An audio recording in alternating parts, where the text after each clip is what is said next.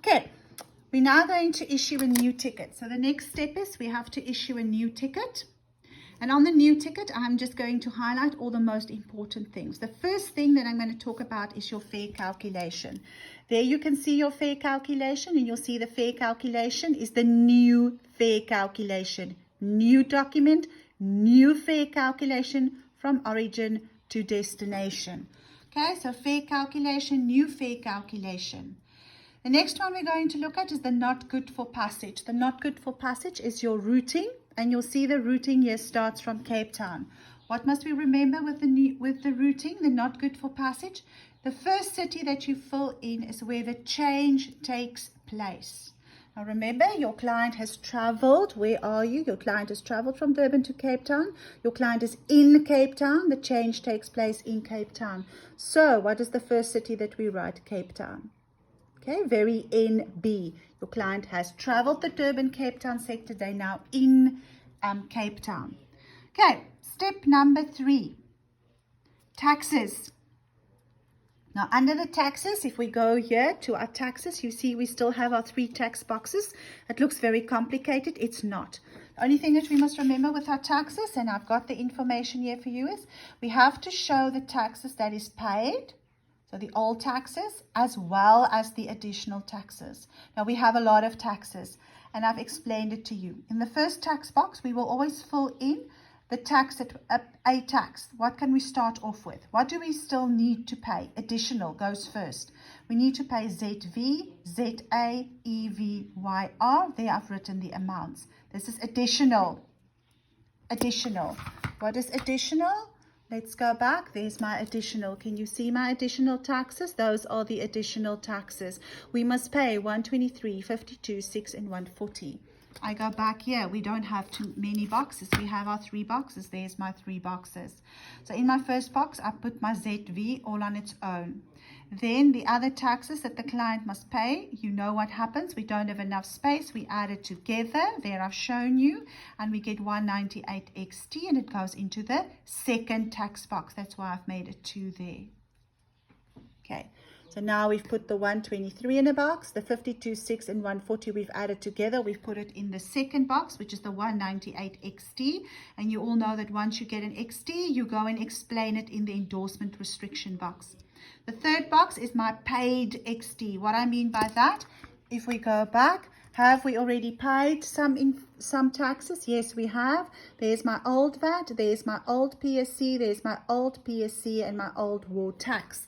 I've indicated here on my summary as well. So all my paid taxes is the 417, the 96, the 12, and the 98. I add it all together and I get 805. Very NB, you put the PD in front. It stands for paid, and it's also combined. So that's why we have XT. Do we explain it? Yes. This will also be explained in my endorsement restrictions box. Okay, the next one then is we go to our endorsement restriction box, and like I said, you've got to explain the XT and the paid XT. This is what they owe you, additional. This is what they have paid. Okay, and there I've written it out. My XT is the ZA52, the EV6, and the YR14. My other XT, of course, is paid. So I also write XT, but then in front of every amount, you must put PD, and then followed by the code. So we've paid 417 ZV, we've paid the 96 ZA, we've paid the 12 EV, and we've paid the 280 YR. If we go to our ticket, there's my ticket, and there is my endorsement restriction box, and that's exactly what you will find in the endorsement restriction. Okay, the XT, the normal XT, is the combined taxes that they must still pay, and the XT with the PD in front is the ones that was paid. Right, we move on. We then have, of course, our remittance box. Our remittance box is the money that the client must pay. Where's our remittance box? Down here at the bottom, there's your remittance box, the 5 boxes, the currency, the cash, the credit, the commission, and the tax amount. The only thing that you will fill in here is always the money that you receive. How much money does the client owe you? Let's have a look again. The client only owes you 1141A for additional. So whatever we write in the remittance box, you all know by now, must add up to 1141. There we are. How do we get that? Okay, in the first one, we have, that's my total box. Just to show you, okay, that's my total. We start off, did we have, hold on, let me just change this, I'm confusing you. Okay, so that is my ZAR. Then we have our cash box. Then we have our credit box. Now, why do I have it in my credit box? Because the client is paying with a credit card. How much? 820. That is the fare difference. 820. Do you see the fare difference? 820. Okay. Commission, you all know. What are we traveling on? SAA, 1%. Right at the end, we have our taxes. How much is our taxes? All the taxes that still must be paid. 321, the 123, the 52, the 6, and the 140. There's my taxes, the 123, the 52, the 6, and the 140. Right? So we filled it in. The currency, then the credit balance, and then, of course, our taxes. So 321 plus 820 equals 1141.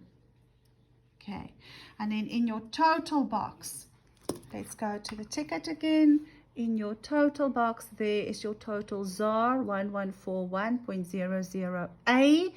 You have to show the A because it's additional. Because already, as you can clearly see, there's a fare and a total, and it differs quite a bit. So here we can see it's additional cost. Right, we have two new boxes on the ticket we've never used.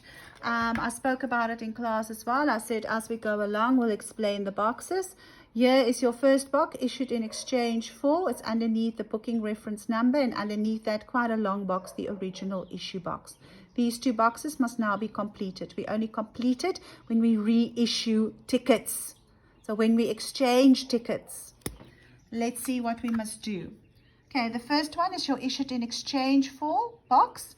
This is the old ticket number that you have to fill in. Okay, and there is my old ticket number. You must look, it will either be the ticket that they give you, or when we started off the exercise there, they tell you that Pauline Klopo is holding the ticket. There's the ticket number. Right, underneath that, we have a box. It's called original issue box. Here you fill in all the details of the original ticket. Okay, now you'll see there's quite a bit to fill in. So let's go back to the ticket. Now if you look at the ticket, you'll see here at the top they prompt you. Airline, form, serial, place, date, and agent's numeric code. You have to go to the old ticket. We don't have an old ticket, but we have details of the old ticket. There's my old ticket. All right, there they tell us the details of the old ticket. So let's see. What is airline, form, and serial? You know by now it's the ticket num. There's the airline, there's the form, there's the serial. The next thing they want to know is the place. The place of where the old ticket was issued. Let's go back and see where was the old ticket issued. In Durban. So we are going to fill in Durban, D-U-R. The next one they prompt is the date. The date is when the old ticket was issued. Let's see, when was the old ticket issued? Here, 3 Feb 2020. So we are going to fill it in 03 Feb. Right, agent's numeric code. You all know what's an agent's numeric code. That, of course, is your IATA license number. There they give us the license number. So we will fill in the license number. So here we have the entry. There's the ticket number, the place, date, and license number. Okay, form of payment. They tell us that the client is going to pay with a credit card. So if we go to the ticket, there's our form of payment box. There's your form of payment box. Okay, and you'll see we have credit card and then check. Why? We have to indicate, or we have to show all the ticket, how the tickets was paid. The old payment as well as the additional payment. So we have to show the new payment first and then the old payment. So how's the client paying now? With his credit card? Yes. So you fill in the type of credit card and the number, and the last entry or the after the slash will be how the old payment was done. If we paid cash and cash, it will look quite weird. Let me show you. Let's say the new payment is cash and the old payment is cash. It will look like that. Okay, cash, cash. You will have to show all the payments. We have to do it in case we have to eventually refund the client. Okay, the only other thing that I also indicated in the notes, which I will give you as well, that I will copy. My ticket doesn't, the mouse doesn't want to work. Let's see. Is when you look there at your not valid after. Please remember, when you work with not valid afters, you always go back to in the first flight. Now, Cape Town, Johannesburg is not your first flight. What was your first flight? Have a look there, from Durban to Cape Town. So you must go and have a look. What was the date from Durban to Cape Town? We're working with normal fares. It will be 1 year. And the first flight was on the 19th of August. That's why we have 19th of August.